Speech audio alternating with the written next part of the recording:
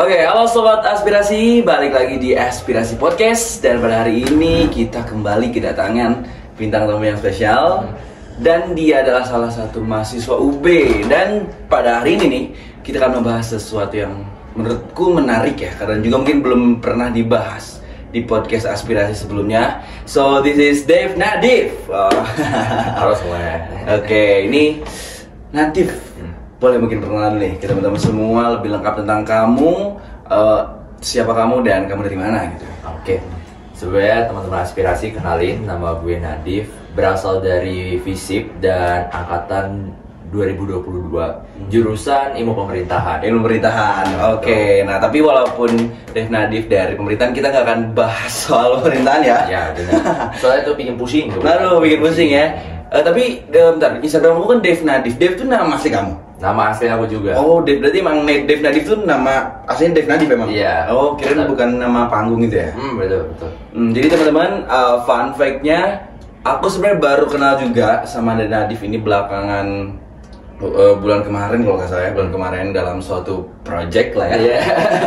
Dalam suatu project yang seru lah waktu itu, dan aku lihat Nadif ini salah satu mahasiswa yang apa ya, yang aku bilang keren lah, keren. Dan juga jarang aku lihat teman-teman aku ataupun mahasiswa UB yang punya loncatan seperti dia ya. Dan pada hari ini kita bakal bahas ini sih. Kita bakal bahas lebih lanjut soal agensi. Interesting topik. Iya, yang emang lagi kamu garap ya, kamu rintis. Tapi sebelumnya kita kenalan lebih dekat kali sama kamu. Oke. Kan kamu mahasiswa FISIP nih, dan kalau kita ngomongin soal agensi media dong ya. Iya, betul. Emang kamu tuh dari dulu interest media atau seorang Nadif ini tuh baru-baru ini interest media karena kan mahasiswa pemerintahan gitu. Iya. Kok betul. bisa gitu ya? Oke. Gimana, boleh ceritain teman-teman? Sebenarnya cerita yang mau aku sampaikan ya, kenapa akhirnya bisa terjun ke dunia media, sebenarnya tuh basicnya udah aku sukai dari videografi yang aku mulai dari SMP. Oh, SMP. SMP, dan kebetulan emang awalnya sebenarnya secara jurusan pengen banget masuk dunia permediaan, maksudnya secara akademik ya. So memang akhirnya orang tua mengarahkan untuk mencari jurusan yang lebih pasti. Nah, kemarin aku mencoba ilmu hukum. Ternyata ilmu hukum tidak dapet ya, maksudnya secara nilai lah. Secara nilai kita realistis aja gitu kan. Emang gak dapet, emang susah kan. Emang susah, FUB iya gitu ilmu hukum. Jadi buat teman-teman di ilmu hukum, kalian orang hebat lah. Ya, orang keren kalian, orang hebat. Jadi dari situ, habis itu akhirnya turun pilihan masuk ke ilmu pemerintahan.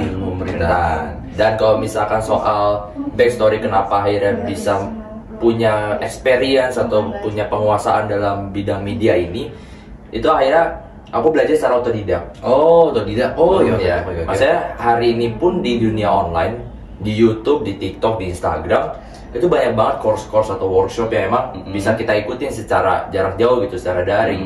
Dan nilai implementasi dari media itu sendiri kan adalah turun lapangannya gitu. By experience. Gitu. Emang agak ngurangi jam tidur, tapi lumayan lah nambah jam terbang. Berarti emang dari udah SMP ya? Dan sekarang kamu seorang mahasiswa ilmu pemerintahan, tapi sebenarnya kamu ada sedikit interest gak di jurusan yang pada akhirnya kamu ambil ini, di pemerintahan ini? Dari aku pribadi, aku justru sangat interest ya. Oh, sangat ya? Sangat interest, karena gini teman-teman, banyak banget aspek-aspek informasi di pemerintahan itu terkesan kolot, ya nggak sih? Iya sih, itu. Dan aku melihat itu bisa jadi salah satu strengthku, salah satu opportunityku juga, opportunity ya, yang dimana aku bisa mengelaborasikan pemerintah yang terkesan kolot, yang terkesan kuno dengan media yang terkesan modern. Mungkin istilahnya itu kalau kata orang media itu desain Majapahit. Iya. Poster-poster kayak tanda kutip, aduh nggak banget deh kayaknya. Ya gitu. Jadi emang bisa dielaborasikan gitu, dan menurutku bisa jadi suatu hal yang sangat berpotensi gitu buat kehidupanku pasca kampus juga secara mencari pekerjaan. Gitu. Berarti emang sedikit banyaknya masih menjadi sebuah peluang ya buat kamu. Iya. Tapi berarti ini kamu itu sekarang di freelance selain mahasiswa ya? Kita sebutnya apa nih, freelancer atau apa mungkin pemilik agensi atau apa sih sebenarnya kita biasanya kenal kamu? Kalau misalkan sekarang emang aku lagi ngerintis suatu media yang dinamakan Kurier. dan aku di sini berdiri as foundernya. Oke. Dan tapi selain merintis itu juga pasti mengambil peran as mahasiswa, yang dimana ya orang tua menghadirkan aku di Brawijaya ini ya juga pasti untuk menempuh pendidikan. Jadi memang kesibukan keduanya kesibukan utamanya memang pendidikan. Oke. Kedua ya bikin Kuryat ini sebagai media. Terus habis itu ya kadang kalau misalnya emang ada waktu luang ya aku nyari kerja lepasan atau freelance gitu lah. Nah gitu. Tadi udah sempat di-spill ya teman-teman kalau Nadif ini sekarang lagi merintis atau menggarap sebuah agensi Kuryat ya. Iya. Kepanjangan apa? Curious Youth Media. Nah itu ya. Dan yang menariknya aku pengen tahu sih sebenarnya kisah perjalanan Kuryat ini. Mungkin teman-teman bisa buka Instagram Kuryat, karena aku juga pas kenal Nadif ternyata aku baru tahu bahwa ada Mas Bobe yang punya agensi ya ternyata, dan masih aktif gitu sebagai mahasiswa. Gimana sih perjalanan awalnya kamu dan mungkin teman-teman kamu pada akhirnya oke, sepakat kita bikin agensi atau media gitu. Oke. Jadi memang ini agak panjang dikit cerita Bapak ya. Apa-apa. Sebenarnya dimulai dari semangat kita dulu tuh di BEM, kita punya program alternatif lah, program kerja alternatif berupa media lah yang disebut Lakuna dulu di FISIP ya, di BEM FISIP. Oh berarti kamu itu dulu staff BEM? Iya, staff magang, staff ahli di BEM. Dan di sana kita tuh punya platform untuk berkarya yang nama Lakuna, atau ya biasa dibilang media alternatif dari media formalnya BEM lah. Nah terus habis itu waktu demisioner kita kayak ngerasa ada kekosongan gitu, kehampaan. Biasanya kita punya tempat buat berekspresi, buat berkarya. Sekarang ya udah selesai gitu. Akhirnya coba aku inisiasikan bersama dua temanku, yaitu ada Dani dan juga Pratama. Shout out to Dani dan Pratama. Ya. Dan mereka berdua ini juga kebetulan mahasiswa FISIP angkatan 2022. Teman berarti ya? Ya, memang udah teman dari BEM itu sendiri gitu, punya kedekatan. Dan di sana tuh emang kita punya pantik untuk kita lanjutkan nih semangat kita dulu berkarya di BEM ini dengan cara ya udah kita bikin platform gitu, kita bikin medianya.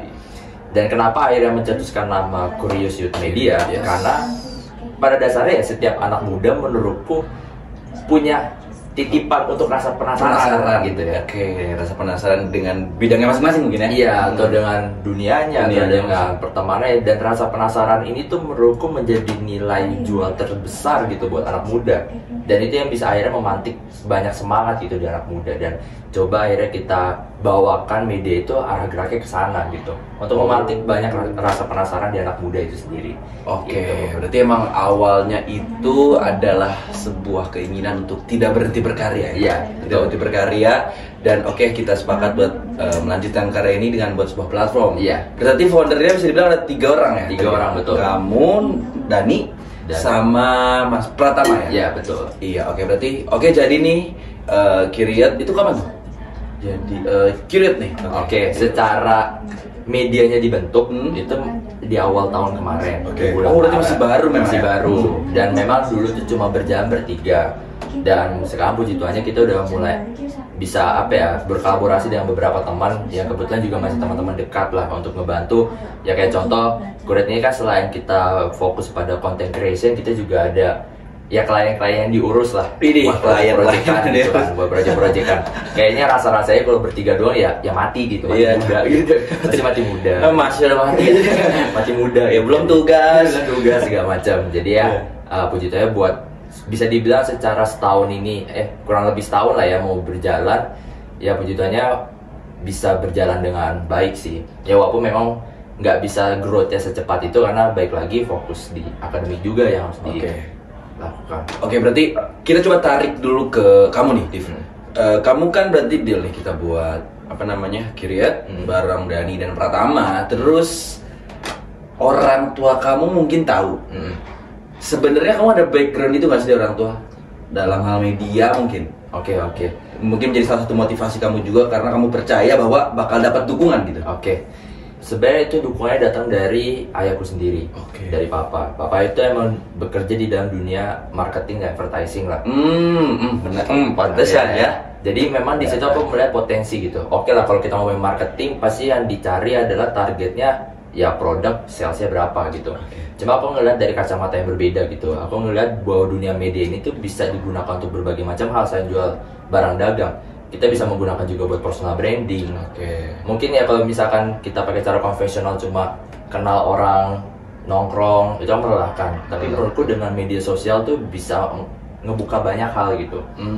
Bisa kenal lebih banyak orang di media sosial. Jadi opportunity-nya sangat besar gitu. Dan aku melihat hampir kebanyakan project-project yang ku garap pun buat kuliah, yaitu pun juga karena permainan atau pengembangan lewat sosial media itu sendiri akhirnya bisa mendatangkan ya rezeki lah bisa dibilang. Oke. Gitu. Oke, berarti memang kamu bukan ini ya, bukan yang tau gak sih yang kayak anak-anak yang dia pengen ngelakuin satu tapi nggak disupport sama orang tuanya karena beda mungkin ya secara pilihan jurusan atau secara arah. Berarti secara support memang ada ya? Iya ada dan jadi peluang juga karena mungkin sedikit banyaknya papa kamu bisa ngajarin ya tentang marketing mungkin.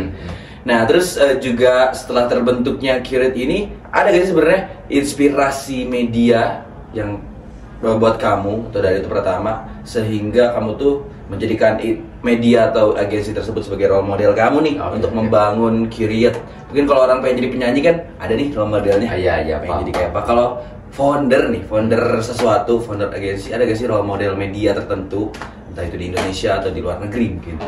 Hampir kebanyakan skupnya masih Indonesia ya. Karena kita ngomongin soal rasa penasaran anak mudanya Indonesia. Sebenarnya topik utama Curate-nya dibangun yaitu. Dan kalau ngomongin referensinya gitu ya, ya udah yang pasti kita patenkan cuma 2, yaitu ada Creative Fox dan juga Froyo. Froyo Neon ya, betul. Itu udah sangat apa ya, ibaratkan kiblat lah menurut kita bertiga gitu. Kiblat soal apa ya, media anak kebudayaan gitu, anak muda gitu. Oke, berarti itu ya 2 itu. Dan emang kalau teman-teman lihat dan yang pasti udah banyak yang tahu lah Creative Fox dan juga Froyo Neon memang paten-patennya menarik dan apa ya, bisa dibilang out of the box ya. Iya betul. Entah itu dia bikin ide konten yang menarik yang gak banyak media lain punya dan pada akhirnya dijadikan referensi ya buat kamu gitu. Nah, tapi menurut kamu apa yang bakal membedakan nih? Kan tadi kamu bilang bahwa Curate ini membawakan sebuah tujuan untuk memuaskan ya mungkin rasa penasaran para anak muda. Apa sih yang Curate bawa, yang kamu Dani dan Pratama bawakan Curate sehingga menjadi pembeda mungkin ya? Bagi karena kan emang di zaman sekarang tuh kata-kata agensi itu sangat seksi ya. Karena jadi banyak banget bahkan orang pengen kerja di agensi, di media anak muda. Dan sekarang kamu jadi salah satu pelaku dan foundernya. What's the difference and apa yang kamu ingin bawa gitu di sini yang berbeda mungkin dari yang lain? Kalau dari aku pribadi ya mengenai Curate ini sendiri, kalau kita ngomongin pembeda, aku rasa Curate itu belum ada yang bisa dibedakan atau memiliki unique selling point-nya. Kenapa? Karena ini sebuah pernyataan yang berani ya. Kenapa belum bisa terlihat beda? Kenapa? Kalau kita ngomongin beda, otomatis harusnya bisa dilihat dari growth-nya. Menurutku perharian ini Curate ini juga growth-nya perlahan lah. Kenapa? Karena baik lagi dari aku menginisiasikan ada tuh pertama untuk memuaskan diri sendiri dulu dan teman-temanku founder. Ya baik lagi ini sebagai wadah kita karena kita sempat sudah demisioner dari BEM, ngerasa kayak perasaannya tuh jiwanya masih ada tapi nggak ada wadahnya. Ya udah kita bikin wadah sendiri. Lambat laut berjalan, ternyata kita bisa melihat dengan kita bikin media ini ternyata bisa mendatangkan banyak opportunity, banyak kesempatan. Cuma memang target awalnya adalah gimana nih kita bikin content creation yang bisa bermanfaat dan juga akhirnya memantik anak-anak muda, entah itu hanya sekedar menjadi obrolan atau menjadi suatu gosip. Yang penting ada rasa penasaran itu. Dan itu sebenarnya sebagai sosial eksperimen kita juga di lingkup fakultas kita sendiri gitu. Orang tuh bakal sefomo apa sih ngelihat fenomena ada anak, misalnya ini tren di FISIP ya. Kita selalu aku tuh punya julukan sekarang. Udah ada julukannya. Ada julukannya nih. Merem dikit muncul media baru di FISIP. Jadi bisa dicoba ntar Ismail lihat-lihat aja. Banyak beberapa anak FISIP yang setelah nggak tahu ya, aku mungkin self claim nih jatuhnya tapi tapi emang sebenarnya kalau aku dengar cerita dari sebelumnya di balik layar pun memang dan juga pas aku proyekan bareng teman-teman, banyak orang-orang yang dia bawa dan dia istilah pakai itu mungkin apa ya, sebenarnya bukan teman dekat kamu, mungkin orang-orang yang baru kamu kenal juga mungkin ya. Dan bahkan yang kemarin kerja bareng aku pun ya itu dua orang gitu ya. Itu orang-orang yang emang baru kamu pekerjakan istilahnya, kamu kasih opportunity buat mereka dan kamu tahu mereka potensi dan kamu tarik lah. Iya, betul. Jadi kamu tuh memancing bakat-bakat yang ada di FISIP. Oke. Betul. Apa tadi lanjutin? Dan aku memang melihat dengan adanya kehadiran Kuret ini, baik lagi ini aku mungkin self claim, jadi mohon maaf kalau misalkan agak terkesan self claim. Tapi dari Kuret itu muncul banyak media-media juga. Jadi misalkan aku nggak melihat itu sebagai suatu hal yang membahayakan, nggak, malah justru aku senang. Berarti aku bisa berhasil nih untuk mematik penasaran. Jadi ibaratnya anak muda itu kan tipikalnya adalah di saat ngelihat yang bagus dan baik, FOMO-nya keluar, penasarannya terpantik. Akhirnya dibangun lah tuh beberapa media dan akhirnya mencoba ikut merintis gitu. Nah, cuma memang hal-hal yang seperti ini sih yang akhirnya aku ngerasa, oh ternyata kita berhasil nih untuk memberikan dampak gitu. Jadi emang kata-kata lengah dikit bikin media itu sekarang lagi ini banget, lagi up-up di fakultasku sendiri, di FISIP terutama. Oke. Tapi berarti Curate ini bisa nggak disebut sebagai mungkin pionir? Kan pionir berarti pertama ya? Pionir media yang ada di FISIP. Bisa disebut nggak? Atau sebenarnya sebelumnya ada yang pernah bikin pasar menjadi mahasiswa aktif gitu? Atau memang Curate ini pionir pertama di FISIP? Atau mungkin bahkan di UB? Sebenarnya kalau dibilang pionir enggak, karena baik lagi gagasan ini tuh lahir dari ya BEM itu sendiri sebenarnya. Karena media alternatif itu terbentuk pertama ya di lingkungan himpunan di FISIP dan juga di BEM. Tapi kalau misalkan yang di luar BEM, di luar organisasi berarti ya secara kolektif berarti ya hitungannya. Kalau bisa dibilang ya aku bisa bilang seperti itu. Ya. Tadi dia merendahkan diri, kamu self claim. Dia udah puji-puji. Soalnya benar-benar kalau kita ngomongin konteks media alternatif tuh semuanya emang munculnya dari sana gitu. Aku coba luruskan dulu gitu. Emang semuanya itu lahirnya dari organisasi mahasiswanya. Setuju kalau itu. Tapi kalau misalkan di luar ngomong kelembagaan, ya memang Kuret tuh ibaratkan jadi yang pertama memantik lah, bisa dibilang yang pertama memantik untuk permasalahan media-media ini. Dalam FISIP ya teman-teman. Oke, berarti memang mungkin setuju ya, bisa jadi apakah yang istilahnya fenomena banyak yang mungkin sekarang ya beberapa media muncul itu ya Curate mungkin menjadi salah satu di baliknya. Oke, sekarang kita masuk ke soal teknis, ke soal yang lebih mendalam soal agensi dan media terutama. Karena sebenarnya aku juga curious ya. Curious. Terutama aku penasaran soal how the agency or media work gitu. Aku tuh selalu penasaran kayak nih, kalian nih, kamu bikin media. Cara kalian dapetin klien itu apakah memang marketing secara langsung? Nih gue punya media, atau memang kalian fokusin posting ide-ide kalian dulu atau gimana sebenarnya? Kalau untuk di awal-awal memang yang kita fokuskan adalah bikin kontennya dulu, konten creationnya dulu. Dulu tuh memang belum ada klien, dulu tuh memang ibaratkan belum ada yang kenal kita. Cuma sembari memang kita fokusin ke sana, baik lagi founder ada bertiga nih, Ismail. Mungkin bisa aku paparkan dulu namanya pembagian tugas masing-masing individu dari tiga founder ini. Yang dimana aku sendiri tuh bergerak sebagai peran eksternalnya lah. Ibaratkan yang menyamperin banyak-banyak tempat untuk akhirnya mencari potensi gitu. Dan dua temanku lagi yang selaku founder juga itu fokus untuk pengembangan di internal kita sendiri. Yang tadi di saat memang aku berkelana keluar sana mencari kenalan, mencari relasi, otomatis aku harus bawa barang dong. Harus ada bawa pembuktian dong. Nah, sembari aku berjalan itu ya mereka yang memasak pembuktian itu. Jadi saat aku menyodorkan portofolio atau menyodorkan hasil kerja kita, udah langsung ada proof ya dong. Nah, akhirnya di saat kita ngomongin klien itu akan merasa yakin di saat emang ada hasil, dan itu yang sudah bisa berani kita bawa gitu. Berarti istilahnya apa ya? Tapi berarti kalian bikin konten untuk menjadi sebuah portofolio istilahnya ya? Portofolio yang kalian tawarkan kepada klien segala macam. Dan berarti memang media dan agensi yang sekarang lagi ramai di Indonesia ini pun memang kayak gitu ya? Juga betul kayak Creative Fox, yang kan berawal dari konten-konten, terus dengan ide-ide mereka dan akhirnya ada klien-klien sendiri. Tadi ada pembagiannya nih. Dani dan Pratama ya, sebagai istilahnya yang memasak, dan kamu yang menawarkan eksternal.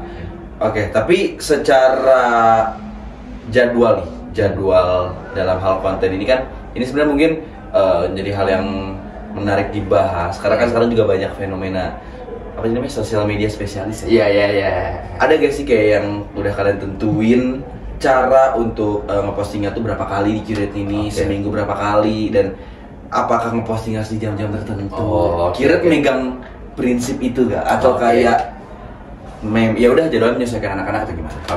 Sebenarnya kalau dari by system di internal memang kita ada konten planningnya sendiri ya. Planning. Ada konten planningnya.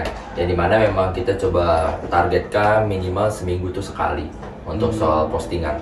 Coba balik lagi itu menyesuaikan dengan kondisi teman-teman di Kuriatnya. Kayak kemarin nih, apalagi musim-musim UAS, musim-musim UTS, itu nggak ada konten Pak. Itu bener-bener nggak ada tuh. Itu karena bener-bener semua waktu disita dosen itu semua. Disita dosen itu semua. Direnggut dosen ya. Jadi balik lagi memang karena ini belum bersifat sangat formal Curate ini, maksudnya ya udah hanya suatu gerakan kolektif yang dimana punya keinginan yang sama, rasa penasaran untuk bergerak di bidang media, yang akhirnya coba kita lakukan ini dengan sesenang hati kita aja. Jadi kalau misalkan ada beban moral yang lain, misalnya kayak akademik atau mungkin organisasi, ya Curate ini tuh ibaratnya masih belum di nomor satu kan. Iya betul, karena memang masih mahasiswa ya. Nah ini juga buat teman-teman semua yang seringkali mengabaikan akademik, ingat kalian malah buat kuliah. Nah itu. Kecuali skalanya itu misalkan ada project, nah itu baru nomor satu biasanya. Ya itu profesional ya, kontrak segala macam. Udah nggak bisa ditolak lah. Betul, kayak gitu. Jadi emang kalau berhadapan sama klien kita baru bisa ibaratkan sisi profesional yang lebih keluar. Kalau secara di dalam kita jatuhnya masih terbilang fleksibel. Iya, karena memang memanfaatkan mahasiswa juga ya. Berarti dari secara jadwal dari kurang lebih seminggu sekali ya, dengan momen-momen tertentu. Itu berarti kalian narik kembali anak-anak yang ada di FISIP, maksudnya untuk menjadi bawahannya Dani dan Pratama gitu ya. Itu kalian tarik lagi dari anak-anak FISIP ya gitu ya. Sejauh ini masih di FISIP ya. Masih di FISIP. Itu tapi berarti pada akhirnya ada nggak kayak mungkin si yang ditarik-tarik itu menjadi anggota tetap, staff tetap, atau masih semuanya itu free, istilahnya ya udah ada kerjaan tarik, tapi lu gak usah rutin bikin konten gitu.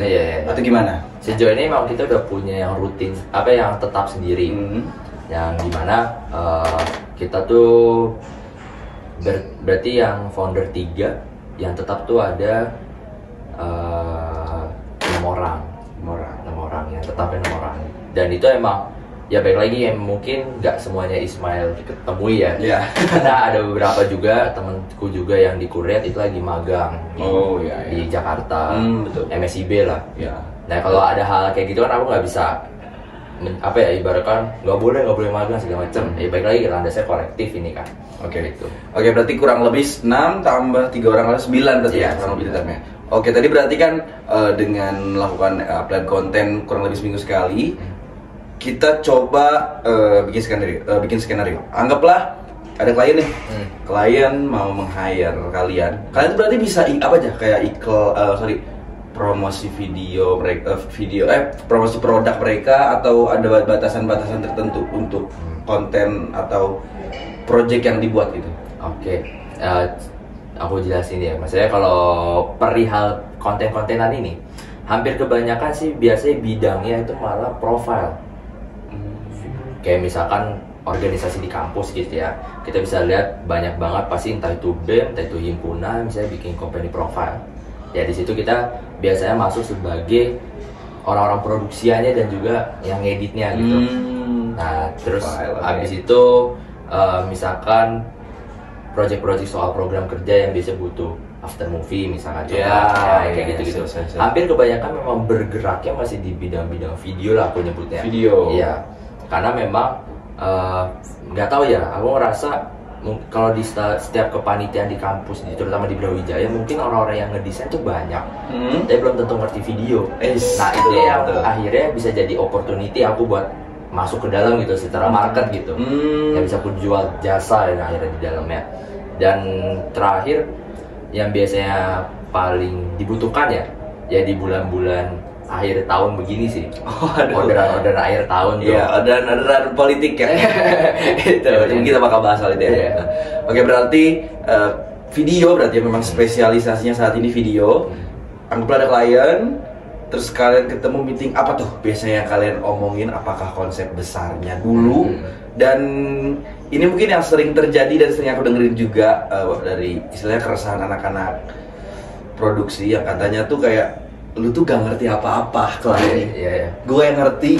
Jadi lu jangan yaudah lu punya konsep besar, biar gue yang eksekusi. Tapi kalau misalkan emang segala macam, lu jangan so tau. Ini sih yang sering aku denger ya dari teman-temanku yang mungkin ada anak produksian lain juga. Tapi gimana berarti pas klien nyamperin kamu, apa yang kalian diskusikan pada saat itu gitu? Oke.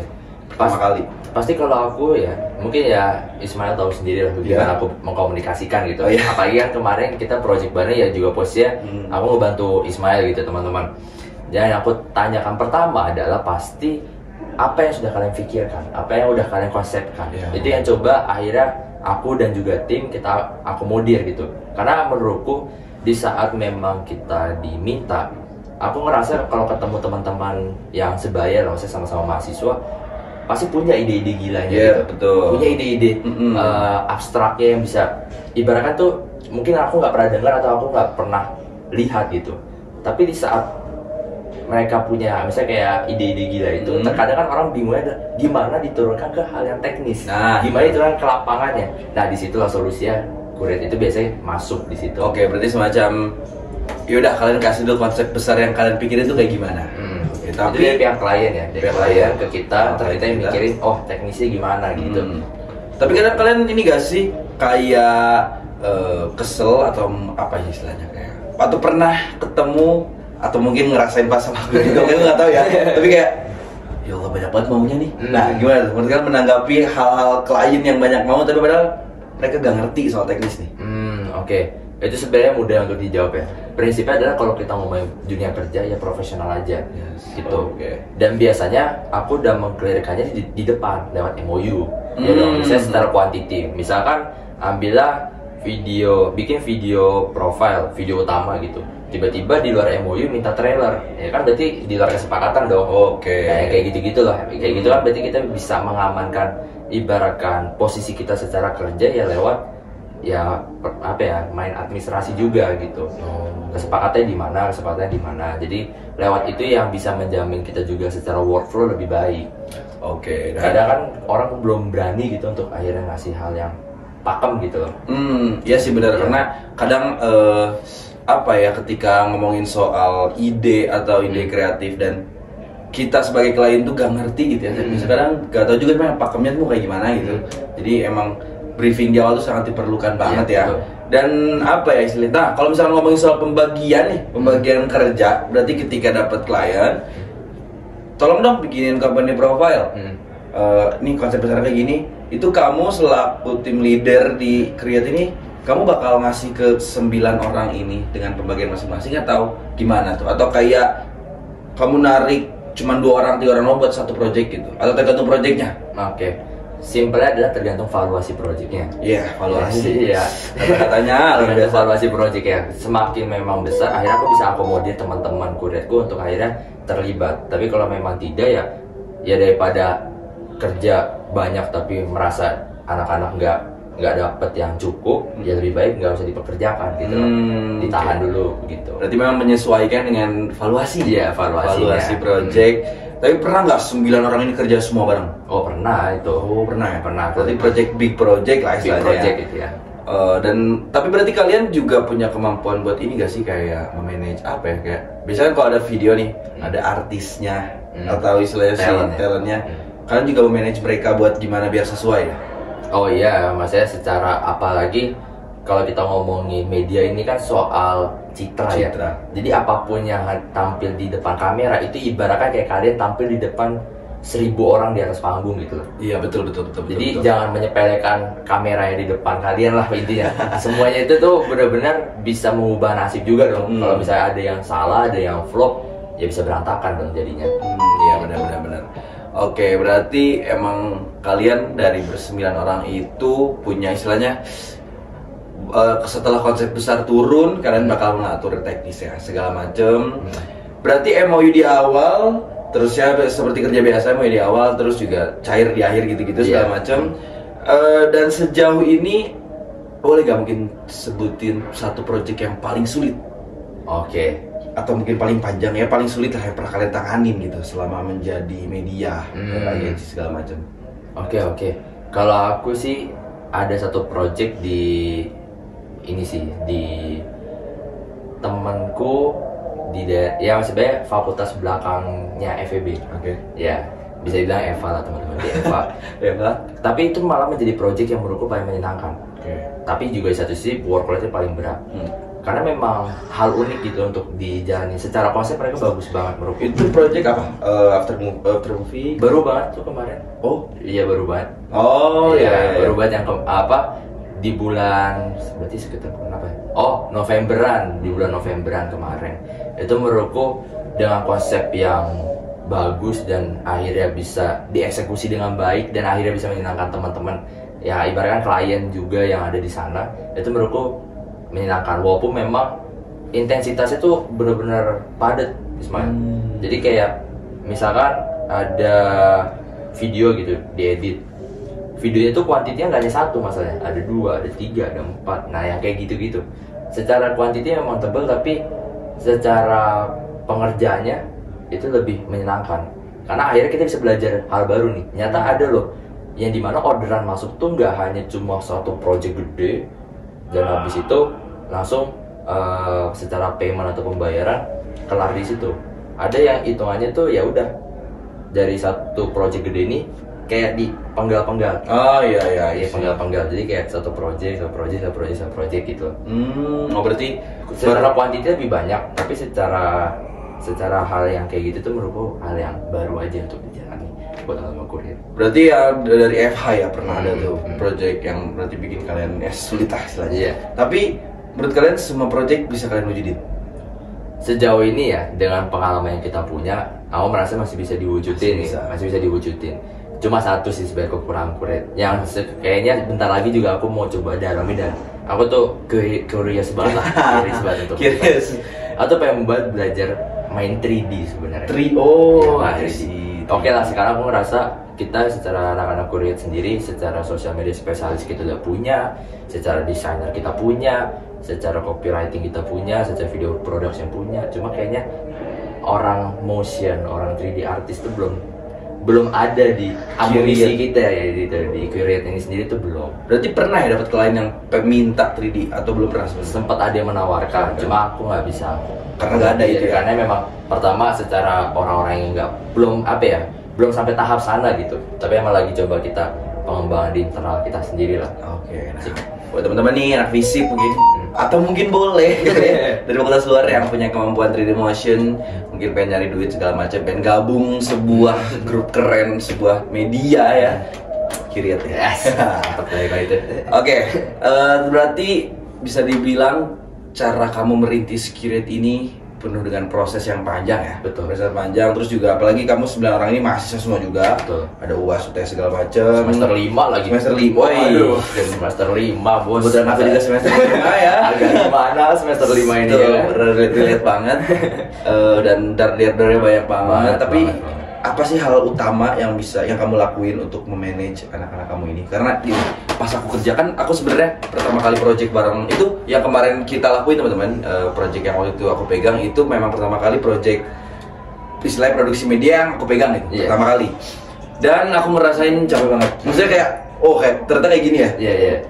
Banyak, apalagi mungkin kalau berhadapan sama orang-orang yang susah diatur secara ngaret segala macam.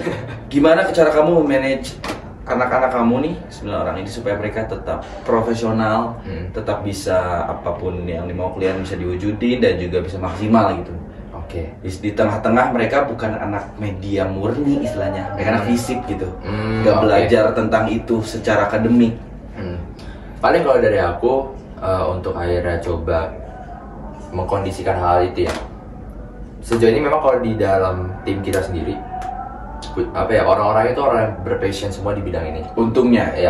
Tapi kalau misalkan memang ada orang yang ibaratkan aku salah jemput lah, ibaratkan salah ngambil. Ya kalau aku dari situ emang langsung nyampein fakta aja emang. Kalau emang belum bisa, soalnya kan ngomongin kerja ya kita ya. kalau ngomongin kerja dan nggak bisa adjustment cepet, agaknya kan berat di tim juga. Jadi ya lebih baik dikomunikasikan baik kalau emang ibaratkan belum bisa membersamai kuliah gitu bisa dibilang. Tapi kalau misalkan untuk kondisi sekarang dari awal memang kita juga sangat selektif dan hati-hati gitu untuk memilih orang. Karena yang kita butuhkan adalah orang-orang yang punya apa ya? Pertama tuh pasti secara skill setnya dulu, ya dimana emang udah didukung dengan track record yang jelas dan juga paling utamanya adalah passionnya itu sendiri, semangatnya itu sendiri. Dan ya baik lagi, ibaratkan kalau aku nanya-nanya sebelum narik teman-temanku masuk ke kuliah itu, yang aku pantik adalah apa sih rasa penasaranmu hari ini? Gitu loh. Sejauh apa maksudnya? Iya, sejauh apa bisa penasaran gitu loh dengan dunia yang ada. Gitu. Aku banyak banget lagi yang bisa dipenasarin gitu. Tapi emang kalau kita bicara Nadif ini sendiri sebagai tim leadernya ya, kamu waktu itu pernah cerita kamu nge-handle salah satu paslon wali kota yang ada di salah satu daerah di Indonesia ya, dan aku sudah cukup kaget karena aku tuh sangat awam awalnya, tapi pas tahu kamu ternyata salah satu orang yang handle media salah satu paslon wali kota di daerah itu, kayak wow, berarti memang kamu punya kapasitas dan juga pasti kamu selektif milih anak-anak kamu ya, karena kamunya pun udah kemana-mana gitu kan.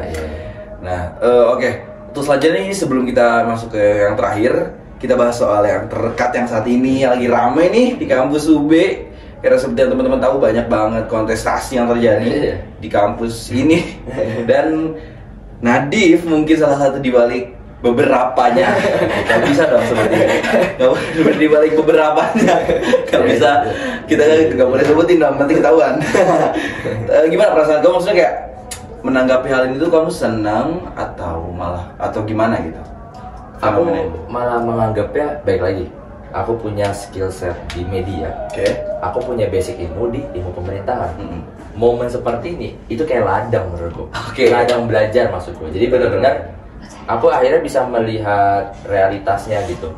Jadi di saat mencoba hal-hal tadi di dalam lingkup kampus, aku bisa ngeliat berbagai dinamika. Apalagi aku nggak hanya cuma di fisik kan, dalam artian cuma di nyebar di mana-mana juga.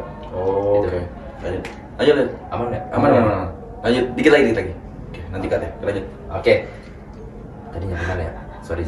Oh iya, dari ladang dulu deh. Nah, dari kesempatan-kesempatan yang ada di kampus ini, aku coba eksplorasi untuk menggabungkan tadi ilmu media dan juga ilmu pemerintahan lewat atau enggak ilmu politik itu sendiri gitu kan. Dan memang sangat menarik gitu. Apalagi kita juga bertemu banyak teman-teman di fakultas lain yang punya kulturnya masing-masing gitu.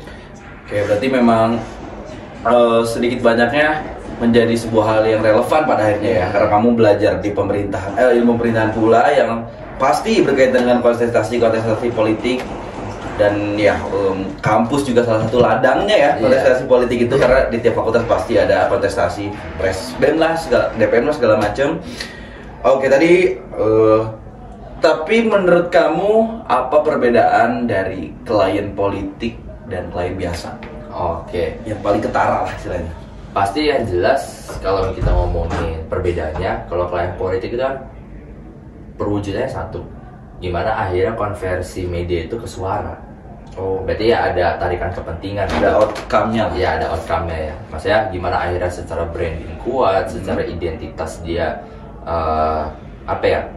nempel di banyak mahasiswa, teman-teman. Nah, kalau ngomongin klien biasa, yaudah terkadang tuh secara indikatornya nggak sebesar itulah. Yang penting secara kebutuhan aja udah ke profile gitu. Malah kalau yang klien politik ini tuh banyak indikator-indikator yang harus kayak dipenuhi. Yang bukan politik ya? Yang politik. Politik. Bisa kayak entah itu views, entah itu reach. Lu ibaratnya simpelnya kayak gini. Kalau gua hire lu bisa ngasih reach kita berapa jauh, viewsnya bisa nyampe berapa kalau dipegang sama lu. Nah, contohnya kayak gitulah. Jadi kalau klien biasa biasanya nggak terlalu demanding lah. Tapi citra juga menjadi salah satu yang sangat banget diperhatikan ya, di klien-klien politik. Jadi ya buat teman-teman yang kalau penasaran kenapa nih konten-konten paslon-paslon di UB itu pada bagus-bagus, nah mungkin salah satu videonya Nadif orangnya. Ya, jadi karena saat ini memang media sangat penting banget ya dalam hal apapun ya, bahkan ya kontestasi. Karena yang kita tahu yang namanya kontestasi politik yang perlu suara, ya juga perlu branding yang bagus ya melalui media, sehingga mungkin ini menjadi ladang buat kamu dan mungkin teman-teman curiate ya buat masuk ke momen ini gitu, ke momen kontestasi ini yang sebentar lagi berakhir sebenarnya. Sebentar lagi berakhir, semuanya berakhir dan nah, tapi selanjutnya anggaplah kan biasanya berarti secara akhir tahun tuh kontestasi politik beres, liburan. Apa selanjutnya curiate depannya setelah dar tahun ini selesai, akhir tahun ini selesai, apa next step untuk curiate yang mau kamu lakukan, atau mungkin ada project lagi besar tahun depan yang bakal kamu kamu manfaatkan curiate sebagai ladangnya gitu. Oke. Kalau aku pribadi emang aku sebelum ngobrol sama Ismail ini, aku juga udah sempat kumpulin anak-anak curiate lah, ibaratkan untuk last meeting di tahun ini lah, sebelum akhirnya pada pulang ke kampung halaman masing-masing. Dan di situ udah aku paparkan juga bahwa 2025 tuh bisa jadi tahun yang paling serunya curiate. Ya ibaratkan kan 1 tahun pertamanya kita udah membangun identitas, membangun branding, membangun relasi. Ibaratkan tahun kedua aku meyakini bahwa kita tinggal petik hasil itu. Gitu. Jadi kita nggak perlu capek-capek mencari. Aku merasa yakin bahwa tahun kedua ini kita tinggal tinggal mengambil hasilnya. Yang dimana ntar bisa aja di 2025 kita akan coba mensibukkan diri untuk lebih banyak intensitas di project. Karena mengingat kita sudah melewati fase semester 5, yang semester agak paling berat gitu buat mahasiswa. Semesternya udah agak lebih ringan lah. Jadi dimana kita mungkin bisa lebih memperbanyak kuantitas project. Kedua, kita mau aktif media partner. Ya, secara media partner untuk meningkatkan awareness dan branding. Yang dimana sudah kita coba juga media partner di beberapa LKM divisi yang kita coba bantu lah gitu. Terus habis itu yang ketiga, kita mau coba reach pasar-pasar di luar UB gitu. Pasar di luar UB itu yang coba lagi. Sudah kita rencanakan dan ya tinggal ditunggu aja lah hasilnya di 2025 seperti apa. Berarti ya kita tunggu teman-teman gebrakan selanjutnya untuk curiate di 2025. Dan terakhir ada gak pesan yang kamu sampaikan mungkin ke mahasiswa UB ataupun seluruh mahasiswa di Indonesia atau anak muda yang ingin mewujudkan rasa penasarannya tapi mungkin bimbang karena jurusannya gak sesuai, atau mungkin karena banyak kendala yang sebenarnya mereka tuh terlalu mengeluhkan gitu akan hal itu. Apa pesan yang kamu sampaikan ke orang-orang yang penasaran untuk mewujudkan mimpinya gitu? Closing statementku sederhana aja. Jika kamu dapat tawaran, haram untuk ditolak. itu aja sebenarnya. Pokoknya soalnya kesempatan nggak datang 2 kali teman-teman. Jadi apapun kesempatan yang datang, udah diterima aja. Urusan nanti bisa atau enggak, percayalah pengalaman tuh yang akan mengajari gitu. Kalau fokus belajar ngumpulin semuanya di awal, malah nggak mulai menurutku. Kata pertamanya adalah mulai, nekat dan belajar lah gitu. Ya, kalau kata Nike itu just do it. Just do it. Dan kalau kata Nadif, haram menolak tawaran. Ada lagi terakhir nih. Terakhir. Day one or one day. Yes. Day one or one day. Ya, semoga buat sobat aspirasi semua setelah mendengar ini, besok atau hari ini saat teman-teman mendengar, entah itu malam, siang, sore, entah itu besok, lusa, menjadi day one teman-teman untuk memulai mimpi teman-teman, mewujudkan mimpi teman-teman di apapun itu bidangnya, walaupun banyak kendala segala macam. Dan terima kasih teman-teman udah mendengar podcast kita. Terima kasih juga buat Nadif udah hadir di Aspirasi Podcast ya. Semoga yang tadi udah disampaikan Nadif bisa menginspirasi seluruh mahasiswa gitu di Indonesia untuk mewujudkan mimpinya, untuk tetap penasaran dan untuk berani mengambil semua tawaran yang ada. Aku Naufal Ismail sebagai host, undur diri dan dadah.